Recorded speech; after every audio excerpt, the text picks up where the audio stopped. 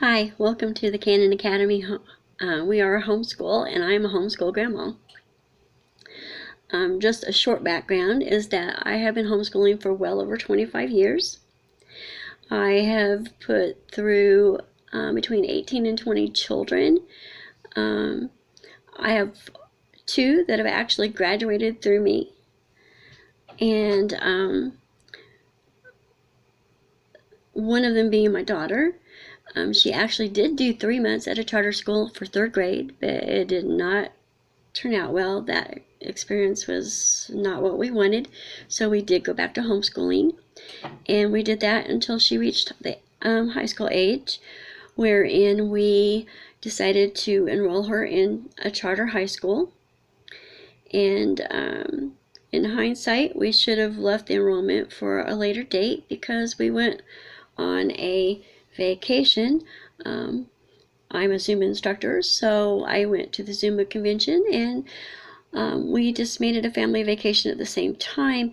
And on doing that and having enrolled her and the school started during our time, we hauled a suitcase full of textbooks with us. And we pretty much lost our minds trying to find good internet connection so that we could email her assignments to the teachers. When we got back, she stayed at that school for a year and a half, and they closed their doors midway through her sophomore year. And so again, we were homeschooling.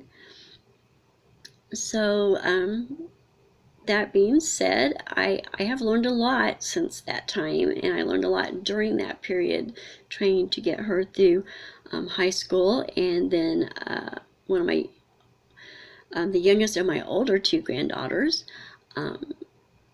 came to homeschool with us her last year and a half, and that was interesting too, because at one point she opted to stay at home and do her homeschooling.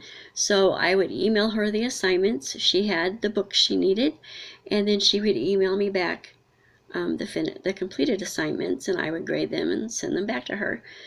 So that was different. And that's something I want to point out about homeschool. It's a learning experience, and you never stop learning with it. Never. One of my mottos is that it's homeschool, always learning, and I have a Facebook page with that. So the first thing that you need to do to become a homeschooler is check out your State Department of Education's website.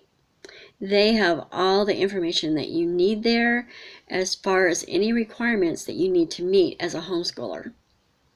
In some states like ours, it's pretty relaxed. All you need to do is keep track of attendance, make sure it's 180 days of instruction, and meet the requirements of having instruction equivalent to the public schools in your area, which upon asking a question about that, I found out that it's near impossible to do because each school district in our state has its own set of textbooks. Some use the same textbooks, some don't. If they do use them, they're doing it a different way. So it's just basically, I printed out the state standards, which you can get. It would look something like this, and let me see. There is a page that tells you exactly what they need to learn per grade level for each subject, and you can kind of use that as a guideline then. I love to print out scopes and sequences from different curriculums whenever they allow it off the internet. Use that also as a guidance, and if you do that, you cannot go wrong. Now, some states do require you to do progress reports. Some even want you to list the curriculum you'll be using for the year, which in homeschool, any veteran homeschooler will tell you that you may use that curriculum forever and love it. You may change it out 2 weeks from the time you started it, or 6 months. you may use it one semester of the year and then change to another curriculum because it just wasn't working, and you may come back to it again at a later time when it does work. It's just always ever changing. So be sure to check for your guidelines at your Indiana State Department. Well, mine was Indiana State Department of Education. Yours, whatever state you're in. Our state is also optional to register, which in 2004 I did decide to do that. And upon doing that, they sent me a letter. They gave me the name, the Cannon Academy, assigned me a school number, and they notified the superintendent of the school district that I was in. And it was also approved by the state superintendent at that time over education. And I like to keep that handy in a little protective sheet. And I keep it in the binder where I also have a grade scale and things like that. That will be helpful. Now, on your state department's website, you should be able to get a help sheet. It tells you things like getting started, the homeschool laws, and different things like that. It will also tell you if there are places that you can have your child tested if you want to. It will give you GED information. It will list things like different curriculum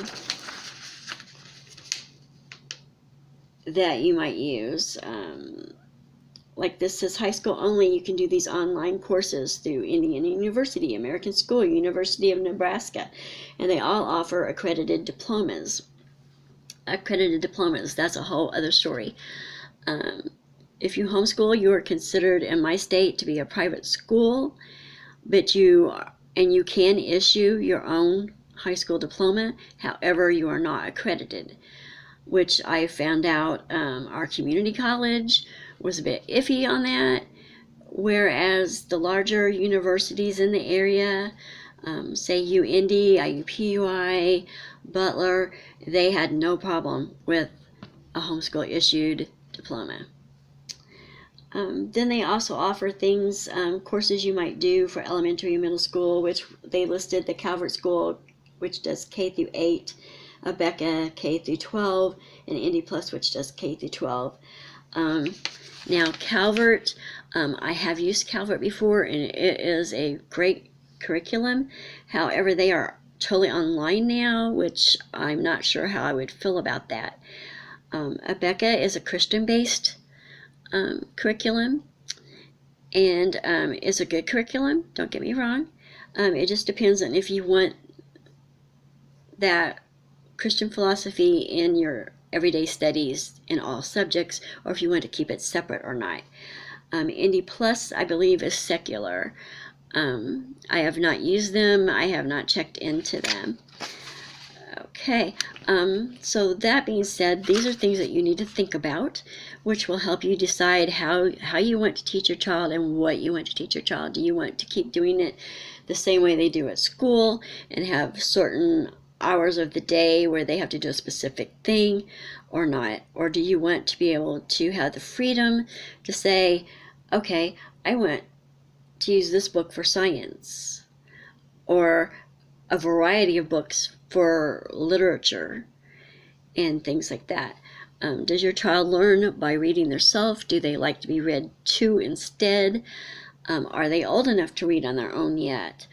Are they more hands-on? Would they do better doing like a robotics program where they could build their robot and solve problems, and still it would involve reading and math and science and engineering? Those are all things to think about. Now, right now, a lot of people are being pushed into homeschooling because of the COVID-19 pandemic and everybody being on stay-at-home orders. So it's the end of the school year. Don't rush out and buy a year's worth of curriculum.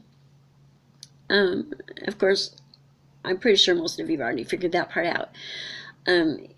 If your school has not given you something to do for the end of the year, because I know a lot of them are doing e-learning, I would say get a workbook and do it for the end of the year.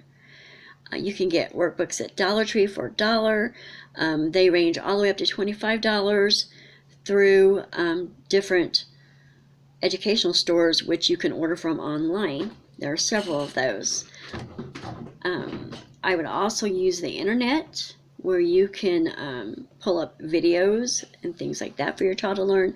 There are great lectures and things put out by MIT and Harvard and several other top colleges. You have Khan Academy, which does a lot of educational videos right now, and they are very reputable.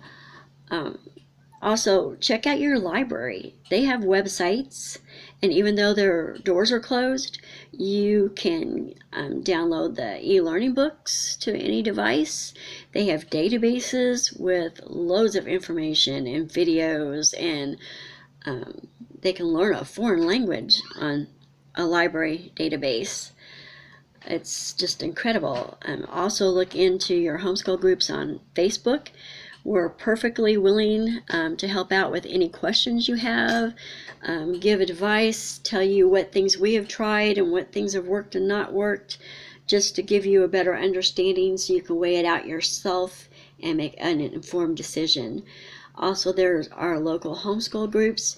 Usually there's one in each state that pulls the whole state together, helps out with the guidelines, any legal questions, things like that. You might want to check into that. Once the stay-at-home orders are lifted, they help form field trips and things like that. A lot of them have magazines that they put out with helpful information too. So the last thing would be just to jump in. Relax, breathe, know that there are going to be wonderful good days, and there are going to be some mediocre bad days, and then there are going to be the really ugly days where you've had it, your child has had it, the books are ready to be thrown out the window or across the room. It's okay. Just take a deep breath, step back, and take a joy day, which means just stop, do not do any more schoolwork, and just enjoy the rest of the day. It doesn't matter if you do something fun with your child at that point, if you go your separate ways and they watch a movie or read a book or play a game and you go off and do your dishes or whatever. Just remember, it's a learning experience, and now you're there 24/7, and it's going to take some time to adjust. You're used to being apart for a little while, and now you're together pretty much all the time. And you are not only their parent, but you are their teacher, their principal, and their counselor. And back to the counseling part. Also, on your website, you should be able to get the requirements for graduation should you have a middle schooler or a homeschool or a high schooler. And it should look something like this. Ours is a core 40. It tells us how many credits of each subject we need. It tells us how many we need to meet certain honors, whether it be general, academic, or technical. And those are all important information that you need going forward. So again, I'm going to break this up in a lot of other videos where I can break each section down, because I'm allowed 15-minute videos at this point. And I will be doing mini lessons also for 2 to 5-year-olds and maybe some for the older kids later. This is the Canon Academy. If you like this video and found it informative, please like it, subscribe to it. If you have questions, you can do it in the comments below, and find me on Facebook. Bye. Have a wonderful day and be safe.